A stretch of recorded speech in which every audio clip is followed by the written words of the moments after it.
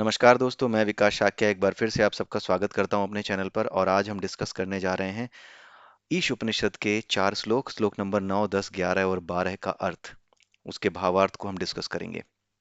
तो अभी तक हम 8 श्लोक डिस्कस कर चुके हैं। चार और हमें डिस्कस आज करना है, उसके बाद 6 और बचेंगे। वो अगले वीडियो में या अगले एक दो वीडियो में समाप्त हो जाएंगे। तो एक या दो वीडियोस और ईश उपनिषद की आएंगी और उसमें हम ईश उपनिषद को समाप्त कर देंगे। इसकी स्टडी हमारी पूरी हो जाएगी। आज का जो ये श्लोक है, 9वां श्लोक, इसमें अविद्या और विद्या के बारे में बताया गया है। अविद्या क्या है? जो कर्म है। कर्म कौन सा? जो अग्निहोत्र कर्म है, यानी जो यज्ञ वाले कर्म है, जो यज्ञ है, कर्म कांड है, इनको कहा गया है अविद्या। ठीक है, अविद्या क्यों? क्योंकि ये अपरा की विद्या है। इसका मतलब ये नहीं है कि ये करना ही नहीं है, इनकी बुराई नहीं की गई है। कुछ लोग जो कि अर्थ शब्दों को उनके एज इट इज अर्थों में लेते हैं, उन लोगों को इस श्लोक में बड़ा मजा आ जाएगा। कहेंगे अरे देखो, इनके उपनिषद में ही खुद लिखा हुआ है, लेकिन ये इतने गधे हैं कि समझते ही नहीं है जो है कर्म के और पता नहीं यज्ञ के किन किन सिद्धांतों को मानते हैं। इसको पहले समझना होता है। अविद्या का अर्थ होता है कर्म। अविद्या यानी अपरा की विद्या। अपरा की विद्या यानी इस अपरा जगत में जो कि पदार्थों से बनी है, ये चलती कब है? ये चलती तभी है जब यहाँ कर्म होते हैं। कर्मों से ही ये चलती है। ये जो अपरा की विद्या है, जिससे ये कर्म होते हैं, जो कर्म को प्रेरित करते हैं, वही विद्या अपरा की विद्या है। ठीक है, और ये कर्म से ही होती है, तो कर्म ही अपरा की विद्या है, अविद्या है। ठीक है। जो लोग केवल और केवल कर्म में, यानी कि यज्ञों में ही, कर्म कांडों में ही बिना सोचे समझे लगे रहते हैं, मतलब कि ये उनको बताया गया है कि ये कर्म करो, ये यज्ञ करो, द्रव्य यज्ञ करो, ये फलाना यज्ञ करो, ये यज्ञ करो, और इस तरीके से आप जो है अग्निहोत्र यज्ञ करो, ये सारी बातें जिनको बताई गई हैं, वो कर्म करने वाले लोग, जो कि गृहस्थ लोग हैं, जो कर्म करके अपने जीवन में आगे बढ़ते हैं, उनके लिए ये कहा गया है कि जो लोग केवल और केवल कर्म में ही लगे रहते हैं, इन्हीं अग्निहोत्र यज्ञ को, इन्हीं देवताओं को संतुष्ट करने को, इन्हीं चीज़ों में जो अपने जीवन को सार्थक समझते हैं, जो इसी में आसक्त हो गए हैं। बेसिकली मेन चीज़ है आपकी अटैचमेंट, यानी आसक्ति। जो लोग अविद्या में आसक्त हो गए हैं, अटैच हो गए हैं, केवल और केवल कर्म में अटैच हो गए हैं। कैसे कर्म में? जिसमें ज्ञान नहीं है, ज्ञान के बिना किया हुआ कर्म। ठीक है, जो लोग ज्ञान के बिना कर्म में अटैच हो गए हैं, ये नहीं समझ रहे हैं कि इस कर्म का मुख्य उद्देश्य क्या है। बस वेदों में लिखा है कि हाँ, इस तरीके से करने से ये प्राप्त होता है, वो प्राप्त होता है, फिर वो उन्हीं चीजों के पीछे लग गए। तो जो लोग इस तरह से कर्म करते हैं, जो लोग अविद्या का पालन करते हैं, कर्म में ही जिनकी आसक्ति है, जिनकी कर्म में आसक्ति है, जिनका कर्म में अटैचमेंट है, वो अंधकार में प्रवेश करते हैं। इसका मतलब क्या है? कि वो इसी में घूमते रहेंगे। उन अंधकार मतलब ये कि कभी वास्तविक लक्ष्य, यानी जो परमात्मा है, पर ब्रह्म है, उस तक नहीं पहुंचेंगे। अंधकार क्या है? ये अपरा ही अंधकार है, जिसमें आप घूमते रहोगे, बार बार ये कर्म करते हुए, इन्हीं में आसक्त रहते हुए, बार बार इसी संसार में आओगे, इन्हीं कर्मों को करते हुए, क्योंकि ये अपरा में ही ये कर्म हो सकते हैं, और क्योंकि इसी से आप आसक्त हो गए, जिससे अटैच हो गए, उसी की तरह हो जाओगे। क्योंकि आप अपरा के कर्मों से ही अटैच हो गए, इसलिए अपरा के ही कर्मों को करने के लिए बार बार यहीं पे आप एक मटेरियल, एक बॉडी लेते रहोगे, और यहीं पर आपका जन्म बार बार होता रहेगा। तो ये जो चक्र है बार बार घूमने का, वो इसी वजह से चलता रहेगा। और इसी वजह से इसको कहा गया है कि आप अंधकार में प्रवेश करोगे, क्योंकि मुक्त ना होना, या अपने स्वरूप को ना जान पाना, या अविद्या के स्रोत को ना जान पाना कि कौन इसका स्रोत है, जो परमात्मा है, उसे ना जान पाना, उसे ना मान पाना कि हाँ उसी से सब कुछ है, यही अंधकार है। और इसी में ये लोग प्रवेश करते हैं। वो इन्हीं यज्ञों में, इन्हीं कर्म कांडों में उलझे रहते हैं, और क्योंकि इसमें इनकी आसक्ति होती है, इसलिए वो बार बार इन्हीं यज्ञ कर्मों को करने के लिए बार बार इस संसार में नए नए पदार्थों के रूप में, कभी राजा, कभी जो है ब्राह्मण, कभी किसी रूप में, अलग अलग रूपों में, जैसे जिसकी ऊर्जा, वैसे उस पदार्थ के रूप में परिवर्तित होकर वो पैदा होते रहते हैं यहाँ पे। तो उनके लिए कहा गया है कि वो अंधकार में प्रवेश करते हैं। ठीक है। दूसरा है विद्या। विद्या के लिए क्या कहा गया है? विद्या का मतलब होता है देवता ज्ञान।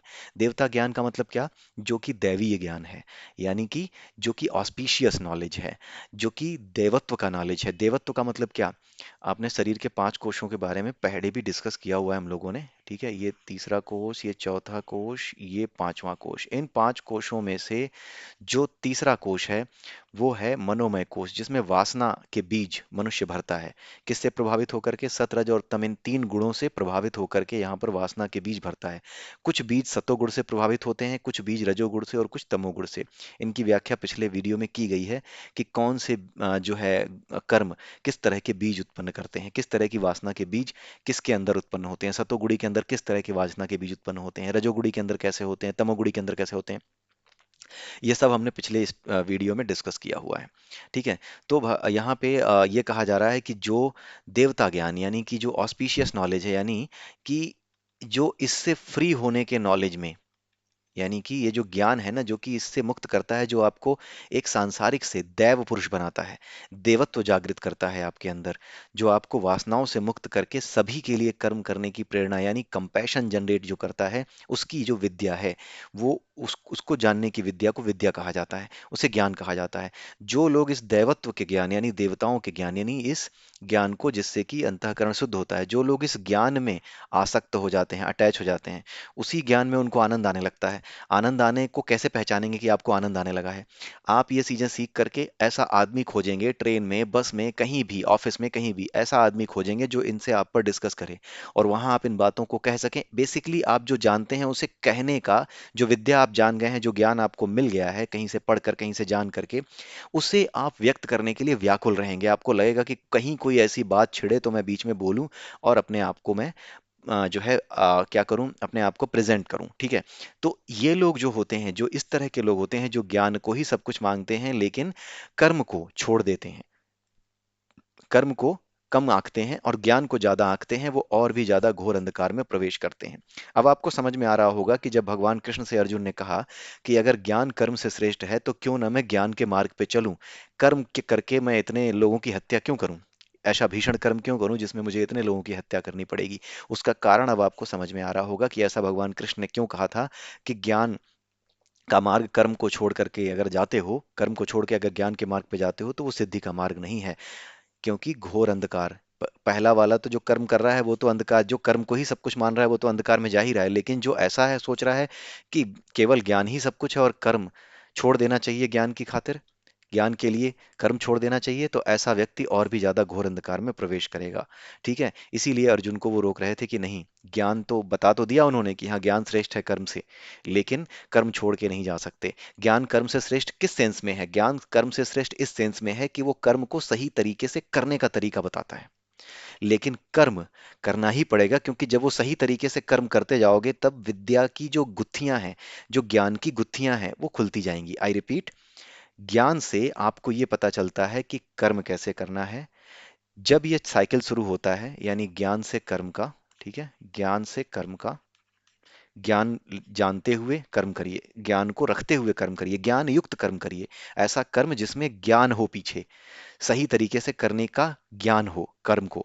जब ये कर्म आप सही तरीके से ज्ञान वाले कर्म करते हो तो इस कर्म से क्या होता है, ज्ञान की जो बाकी की गुत्थियां हैं, ठीक है, नॉट्स, बाकी के जो नॉट्स हैं, जो बाकी की गुत्थियां हैं, वो खुलनी शुरू होती हैं।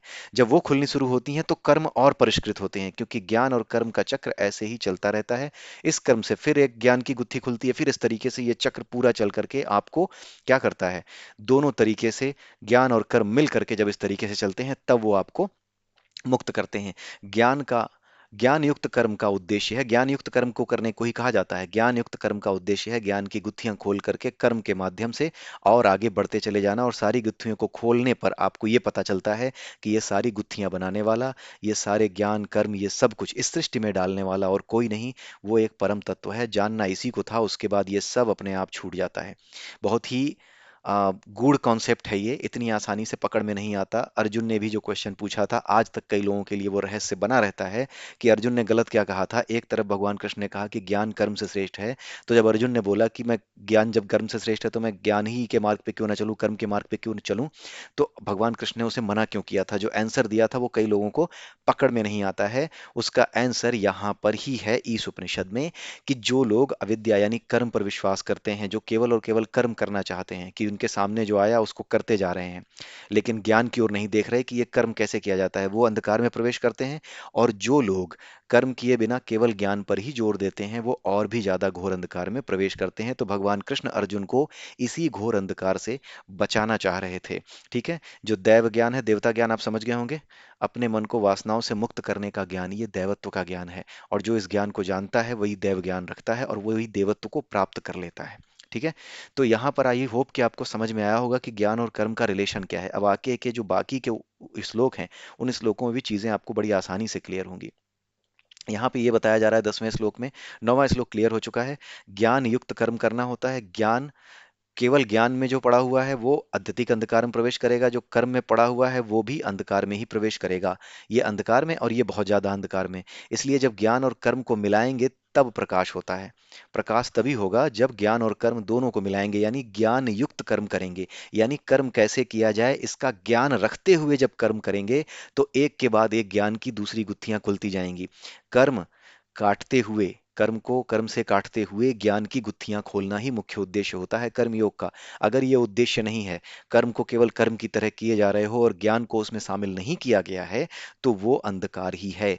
लेकिन केवल अगर ज्ञान है और कर्म नहीं किया जा रहा है तो ज्ञान की गुत्थियां कभी नहीं खुलेंगी। आपने किताब, इसे एक सिंपल एग्जांपल से समझिए। अगर आपने एक कोई भौतिक विज्ञान का या इंग्लिश में फिजिक्स कहते हैं उस सब्जेक्ट को, उसका अगर कोई प्रिंसिपल समझ लिया और उसको समझने के बाद अगर आपने कोई एक्सपेरिमेंट नहीं किया, उसको अपने लाइफ में जीवन में उतारा नहीं, जा करके रियल लाइफ में उसे देखा नहीं, उसके एप्लीकेशन को रियल लाइफ में आप अप्लाई नहीं कर पा रहे, तो होगा क्या? आपके पास ज्ञान तो है लेकिन सामने रख दिया गया, आपको पता है ट्यूबलाइट कैसे काम करता है, आपको पता है सर्किट कैसे काम करता है, सर्किट कैसे बनाए जाते हैं, आपने फिगर विगर सब बना लिए, पर किताब से सब रट लिया, लेकिन आपके सामने एक इलेक्ट्रिशियन ने कहा कि लो भैया, हम रोज ये काम करते हैं, आप पढ़े बिना करते हैं, तुम तो पढ़े लिखे हो, तुम तो किताब में पढ़ के आए हो, लो ये सारी सर्किटरी फिट कर दो। पहली बार में आप फिट नहीं कर पाएंगे, इतनी दिक्कत होती है। तो प्रैक्टिकलिटी, ज्ञान के साथ प्रैक्टिकलिटी जब दोनों मिलती है तब श्रेष्ठ कर्म की ओर वो ले जाती है। तब वो ज्ञान की सारी गुत्थियों को, और ज्ञान और कर्म का क्या संबंध है, किस तरह से ये प्रकृति के नियमों को चला रहा है, तभी आपको समझ में आता है। आई होप कि जो फिजिक्स का ये एग्जाम्पल है इसकी हेल्प से आपको समझ में आया होगा। ठीक है। तो ये होता है, इसीलिए ज्ञान और कर्म एक दूसरे के कंप्लीमेंट्री हैं। इनमें से कोई एक अकेला आगे नहीं जा सकता। ज्ञान प्राप्त करना भी एक कर्म ही है। ठीक है। कर्म करना तो कर्म है ही, लेकिन उस कर्म में जैसे वो एक बंदा बैठा हुआ है जो इलेक्ट्रिशियन है, जिसने फिजिक्स नहीं पढ़ी, उसको बस सिखा दिया गया है कि यहाँ से तार ये जोड़ना है, लाल वाला यहाँ जोड़ना है, काला वाला यहाँ जोड़ना है, नीला तार यहाँ जोड़ना है, ऐसे करोगे लाइट जल जाएगी। लेकिन उस लाल काले नीले तार के पीछे जो साइंस है, जब उस साइंस को मिला करके आप खुद जब इसे जोड़ना जानते होगे, जब खुद जोड़ पाओगे, जब खुद उसे समझ पाओगे, खुद करके देखोगे, तब जा करके आपके इस ज्ञान की गुत्थी और आपके आपके ज्ञान का जो है कसौटी परीक्षण, जिस कसौटी की जो परीक्षा है वो हो पाएगी। और यही क्या है, यही वास्तविक प्रकाश है, यही वास्तविक कर्म युक्त, ये ज्ञान युक्त कर्म है और यही वास्तविक ज्ञान है। असल में कर्म अंत में ज्ञान की ओर ही ले जाता है, लेकिन बिना कर्म के केवल ज्ञान लेकर रखने से वो वास्तविक ज्ञान की ओर नहीं ले जाएगा, वो अंधकार की ओर ले जाएगा। प्रकाश तभी होगा जब कर्म और ज्ञान दोनों साथ चलेंगे। इसीलिए भगवान कृष्ण ने अर्जुन को इससे बचाने के लिए ये काम किया था। ठीक है। उससे बोला था कि तुम केवल ये जो मुझे मेरी ही बातों में फंसाने का जो असफल प्रयास कर रहे हो, जो स्मार्टनेस दिखा रहे हो, उसका कोई फायदा नहीं है, तुमने इसे ठीक से समझा ही नहीं है। और वो जो चीजें समझाई गई हैं वो इसी ईश उपनिषद में समझाई गई हैं। ठीक है। ईश उपनिषद में उसका डिटेल डिस्क्रिप्शन है। ठीक है। अब यहाँ पे 10वें श्लोक में बताया गया है विद्या का अन्य फल है। विद्या का फल क्या है? देवता ज्ञान, यानी देवताओं के बारे में ज्ञान हो जाता है। देवताओं का ज्ञान मतलब देवत्व का ज्ञान, यानी वो सभी तत्व या वो सभी देवता, जितने भी देवता है ना, उनका सिर्फ एक काम है, ईश्वरीय काम में सहयोग देना। वो अपनी मर्जी से किसी चीज को कुछ नहीं करते। जैसे सूर्य उगता है, ठीक है, वो अपनी मर्जी से किसी दिन मना नहीं कर सकता उगने से, वो अपने नियम बदल नहीं देता, वो उसी तरीके से रोज उगता है। प्रकृति के जितने भी तत्व हैं, चाहे गुरुत्वाकर्षण हो, चाहे वो प्रकाश हो, चाहे वो अग्नि हो, वो अपने स्वरूप को कभी नहीं बदलते। अग्नि में जिस तापमान पे जितनी ऊष्मा है, वो ऊष्मा उस तापमान पे उतनी ही रहती है, वो अपने चरित्र को नहीं बदलती। जैसी जिसकी प्रकृति है वो अपने चरित्र को नहीं बदलता। तो जो अपने चरित्र को नहीं बदलता, वो ईश्वर की योजना के अनुसार काम कर रहा है, क्योंकि ईश्वर ने उसको, यानी उस परम ऊर्जा ने उसको उसी के लिए बनाया है। तो ये जो देवत्व है, ये जो देवता ज्ञान है, वो यही ज्ञान है कि ईश्वर के साथ योग करते हुए दैवत्व को प्राप्त होना, यानी अपने मन से वासनाओं को हटा करके जो काम सामने आया है उसे करना, यही देवत्व है, यही देवता ज्ञान है। तो विद्या, यानी जो विद्या है जिसके माध्यम से आप देवताओं को जानने का प्रयास करते हैं, देवत्व को जानने का प्रयास करते हैं, वो विद्या का फल है। यानी विद्या की उपासना करने वाले देवत्व के ज्ञान को जानते हैं, लेकिन प्रैक्टिकलिटी कैसे आएगी?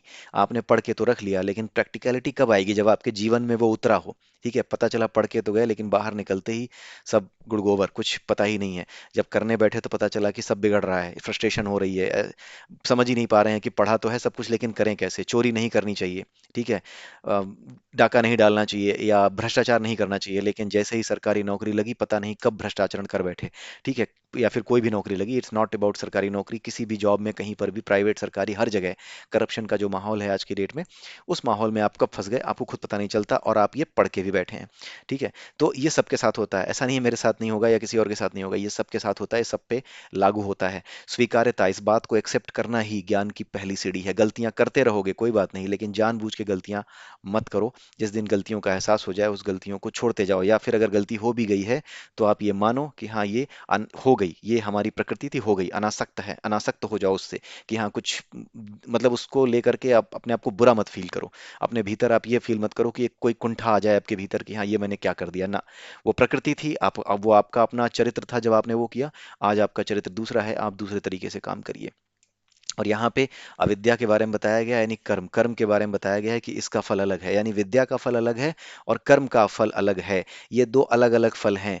और जबकि फल क्या होना चाहिए, केवल एक, पर ब्रह्म से योग, यानी परमात्मा से योग, उसके साथ जुड़ना चाहिए। और वो तभी जुड़ पाओगे जब आप ज्ञान और कर्म दोनों को साथ करोगे। और यही बात अगले श्लोक में, 11वें श्लोक में बताई गई है कि जो अविद्या और विद्या दोनों को एक साथ जानता है, ये एक्सप्लेन हम कर चुके हैं, ज्यादा इस पर डिस्कस नहीं करेंगे। जो अविद्या और विद्या दोनों को एक साथ जानता है वही अमरत्व को प्राप्त होता है। अमरत्व कुछ और नहीं है, यही देवत्व है, देवता ज्ञान है, जिसके बारे में हम बात कर रहे थे। तो जो अविद्या और विद्या दोनों को एक साथ जानता है वही अमरत्व को प्राप्त करता है, यही बात यहाँ बताई जा रही है। अब 12वां श्लोक देखते हैं। 12वें श्लोक में यह कहा गया है कि अव्यक्त और व्यक्त ब्रह्म के यहाँ पे उपासकों की भी आलोचना की गई है। एक तो अभी ज्ञान और कर्म की जो है, ज्ञान और कर्म के अलग अलग जो ज्ञान और कर्म को जो अलग अलग करके देखते हैं, अभी उनकी आलोचना की गई। बताया गया कि जो केवल ज्ञान की तरफ जा रहा है वो और भी अंधकार में जा रहा है। जो केवल कर्म कर्म ही किए जा रहा है, उस इलेक्ट्रिशियन की तरह जो कि केवल ये जानता है कि रटा हुआ है कि ये तार यहाँ जोड़ दिया तो काम हो जाएगा। तो एक जो केवल कर्म कर रहा है और एक जो केवल ज्ञान की तरफ जा रहा है, दोनों अपने अपने तरीके से अंधेरे में ही जा रहे हैं। जब वो ज्ञान और कर्म दोनों को मिला दिया जाएगा, जब दोनों एक साथ मिल जाएंगे, तब जा करके वो ऐसा कर्म कर पाएगा जो अविद्या ज्ञान की सारी गुत्थियां खोल करके उसके कर्म को कहाँ मिला देगा, अमरत्व को प्राप्त करा देगा, यानी अंतःकरण को शुद्ध करवा देगा। यानी ज्ञान युक्त कर्म ही अंतःकरण को शुद्ध करता है, अमरत्व को प्राप्त होता है ऐसा व्यक्ति। ठीक है, अब 12वें श्लोक में देखते हैं, अव्यक्त और व्यक्त ब्रह्म के उपासकों की आलोचना की गई है। अव्यक्त ब्रह्म को असंभूति कहा जाता है। असंभूति का मतलब होता है जो प्रकट नहीं है। ठीक है, इसके जो प्रकट नहीं है उसके बारे में हमने मांडुक्य उपनिषद में भी डिस्कस किया है। हमारे ही चैनल पे एक मांडुक्य उपनिषद की प्लेलिस्ट है, वहां जाकर के आप देखिएगा। अव्यक्त यानी कि जो प्रकट नहीं है, जो ब्रह्म ऐसा है जो कि दिखाई नहीं देता, जो निराकार है। जैसे मांडुक्य उपनिषद में एक ब्रह्मलीन अवस्था की बात की गई है, चार अवस्थाओं की, चार चेतनाओं की बात की गई है। एक वैश्वानर की बात की गई है जो कि जागती हुई स्थिति है। उसके अलावा सोने वाली और सपने देखने वाली स्थिति, सोते समय स्वप्न देखने वाली स्थिति जो होती है उसे कहा गया है तेजस। उसके बाद एक स्थिति और बताई गई है जिसे कहा गया है ब्रह्मलीन अवस्था। और उसके बाद कहा गया है तुरीय, तुरीय अवस्था। तो ये जो चार अवस्थाएं हैं, इसमें ये जो ब्रह्मलीन अवस्था है, ये पता है कौन सी है? ये वो अवस्था है जब आप सो रहे होते हैं और सपने भी नहीं आ रहे होते, जब आपको पता ही नहीं होता कि होना क्या होता है और ना होना क्या होता है, जहां पे कोई अनुभव नहीं है, फिर भी आप जीवित हो। क्यों? क्योंकि आप जीवित तो हो, इसलिए ये भी एक क्या है, एक चेतना है। एक ऐसी चेतना जिसमें आपको यही नहीं महसूस होता कि आप हो भी या नहीं भी हो, या होने या ना होने का मतलब क्या होता है, या उसका अनुभव क्या होता है, ये भी नहीं है, कोई अनुभव ही नहीं है। वो जो स्थिति है उसमें भी आप जिंदा रहते हो। यानी जिंदा रहने का अर्थ ये है कि वो भी एक क्या है, एक कॉन्शियसनेस का लेवल है। उसी कॉन्शियसनेस के लेवल को ब्रह्मलीन अवस्था कहा जाता है। और ये जो अव्यक्त ब्रह्म है ना, ये यही ब्रह्म है। ये जो ब्रह्मलीन अवस्था में जो आप हर रोज सोते समय बिना सपनों की नींद में महसूस करते हो, ये वही अव्यक्त अवस्था है। जो लोग निराकार ब्रह्म की उपासना करते हैं वो इसी अव्यक्त अवस्था के साथ एक होने का, योग करने का प्रयास करते हैं। ठीक है, और ऐसे लोग क्या हैं, अंधकार में प्रवेश कर रहे हैं, इनको भी अंधकार में ही प्रवेश करता हुआ बताया गया है। यानी जो निराकार ब्रह्म के उपासक है वो भी अंधकार में प्रवेश कर रहे हैं। लेकिन उसके साथ साथ जो व्यक्त ब्रह्म है, व्यक्त ब्रह्म को उसको कहा जाता है संभूति। ये दो शब्द आप याद रखिएगा, असंभूति और संभूति। जो संभूति है उसका मतलब होता है कार्य ब्रह्म, यानी कि जो प्रकट ब्रह्म है, यानी वो ब्रह्म जो कि सभी रूपों को प्रकट करता है। ठीक है, उसको हिरण्यगर्भ कहा जाता है, हिरण्यगर्भ से वो प्रकट करता है, हिरण्यगर्भ कहा जाता है उसको। तो इनके बारे में आगे हम श्लोकों में पढ़ेंगे। लेकिन यहाँ पे ये बताया गया है कि जो कार्य ब्रह्म यानी प्रकट करने वाले ब्रह्म में जो है आसक्त होता है, यानी उसको बहुत बड़ा समझता है, उसकी उपासना में लग जाता है, जो तरह तरह के देवी देवताओं, तरह तरह के पहाड़ों, व्यक्तियों, तरह तरह की 84 लाख योनियों में जो प्रकट हुआ है, जो उस व्यक्त ब्रह्म के पीछे जाता है, ठीक है, उस व्यक्त के ब्रह्म के पीछे जाने की कोशिश करता है कि ये कैसे प्रकट होता है, कैसे कार्य करता है, कार्य ब्रह्म किस तरह से प्रकट करता है, किस तरह से सृष्टि का निर्माण करता है, जो इसमें जाता है वो और भी अधिक अंधकार में प्रवेश करता है। क्यों ऐसा प्रवेश करता है? क्यों? क्योंकि वो कैसे करता है ये आप नहीं जान सकते, वो क्या करता है बस यही जान सकते हैं। भगवान कृष्ण ने एक श्लोक में भगवत गीता में कहा है कि मैं सबको जानता हूं लेकिन कोई मुझे नहीं जान सकता। मैं क्या करता हूं ये मैं तुझे बता रहा हूं अर्जुन, और तेरे माध्यम से पूरी जनता को बता रहा हूं, हमें भी बता रहे हैं, लेकिन मैं ये कैसे करता हूं, वही चीज है कि अग्नि में जो अग्नि है वो है क्या, जो अग्नि है वो तत्व है क्या असल में। आग तो पैदा हो जाती है किसी भी तरीके से, लेकिन असल में आग नाम का तत्व है क्या? गुरुत्वाकर्षण एक शक्ति है, लेकिन गुरुत्वाकर्षण अपने आप में है क्या? किस कारण से ये शक्ति उत्पन्न होती है? वो शक्ति असल में क्या है, उसका स्वरूप क्या है, ये हम नहीं जान सकते। यही स्वरूप जो है आप जान ही नहीं सकते, और ये जानने का प्रयास करना व्यर्थ है। और इसको जानने के प्रयास में जो लोग व्यक्त ब्रह्म की लगातार इधर उधर तरीके से ज्ञान प्राप्त करने की, उपासना कर करके प्राप्त करने की कोशिश करते हैं, वो और भी अधिक अंधकार में प्रवेश करते हैं। क्यों? क्योंकि इसका कोई लाभ नहीं है। इसका थोड़ा लाभ ये है कि कम से कम अव्यक्त ब्रह्म में तो लीन हो जाओगे, लेकिन इसका कोई लाभ नहीं है, क्योंकि आप कभी इसे पा नहीं सकोगे। क्यों? क्योंकि भगवान कृष्ण ने स्वयं कहा है कि मैं कैसे करता हूं ये कोई नहीं जान सकता, मैं क्या करता हूं वो मैं तुझे बता रहा हूं अर्जुन, मैं क्या हूं वो बता रहा हूं, लेकिन मैं कैसे करता हूं, किस तरीके से मेरे काम होते हैं, ये सारी लीलाएं केवल भक्त जान करके अनुभव कर सकते हैं, उसका रस ले सकते हैं। लेकिन असल में कोई नहीं जान सकता, और भक्त इसी में संतुष्ट रहता है, और जो इसमें संतुष्ट रहता है वो अंत में मुझे जान भी जाता है, लेकिन कह नहीं पाता कि कैसे होता है, वो बता नहीं सकता। ठीक है, गूंगे को गुड़ खिला दो तो जो हालत होती है उसके उससे पूछो अगर कि कैसा लग रहा है, वही हालत उस व्यक्ति की होती है जो भक्त है। लेकिन जो संभूति यानी कार्य ब्रह्म में घुसने की कोशिश कर रहा है, वो ये जानने की कोशिश कर रहा है कि अग्नि में अग्नि, एक नया तत्व मुझे प्रकट करना है, मुझे अपनी ही आग बनानी है, जो कि 1000 डिग्री सेंटीग्रेड पे भी ठंडक दे। वो आग ऐसी हो जो कि 2 डिग्री टेम्परेचर दे।